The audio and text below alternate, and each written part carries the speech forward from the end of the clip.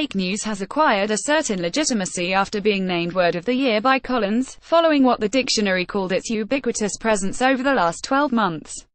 Collins Dictionary's lexicographers, who monitor the 4.5 billion word Collins corpus, said that usage of the term had increased by 365% since 2016. The phrase, often capitalized, is frequently a feature of Donald Trump's rhetoric. In the last few days he has tweeted how the fake news is working overtime in relation to the investigation into Russian interference in the 2016 U.S. presidential elections, and of how fake news is weak. Trump has used the term frequently, and claimed last week to have invented it, saying, "The media is really the word. One of the greatest of all the terms I've come up with is fake. I guess other people have used it, perhaps over the years, but I've never noticed it," he told an interviewer. This etymology was disputed by the dictionary. Collins said that fake news started being used in the noughties on U.S. television to describe false, often sensational, information disseminated under the guise of news reporting. Its usage has climbed since 2015, according to the dictionary, and really took off this year, with its ubiquity to be acknowledged with a place in the next print edition of the Collins Dictionary.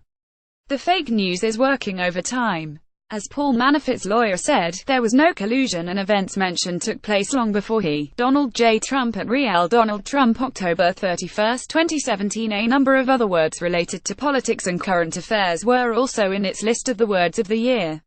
Echo chamber, defined as an environment, especially on a social media site, in which any statement of opinion is likely to be greeted with approval because it will only be read or heard by people who hold similar views, has seen a steady increase in usage over the last 5 years, while Antifa saw its usage rise by almost 7,000% following violent clashes between anti-fascist protesters and the far right, particularly in the U.S.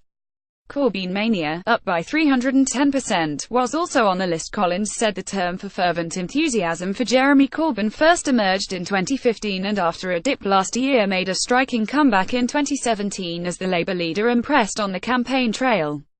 Much of this year's list is definitely politically charged, but with a new president in the US and a snap election in the UK, it is perhaps no surprise that politics continues to electrify the language, said Collins' head of language content, Helen Newstead.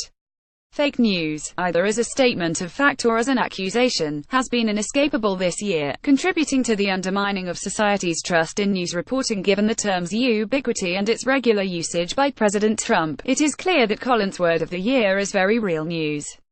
Other words selected by Collins for its list of new and notable words that reflect an ever-evolving language include gender fluid, defined as not identifying exclusively with one gender rather than another, which increased in use by 65% over the last year; cuffing season, defined as the period of autumn and winter when single people are considered likely to seek settled relationships rather than engage in casual affairs; and fidget spinner, the toy that is being twirled by children across the UK.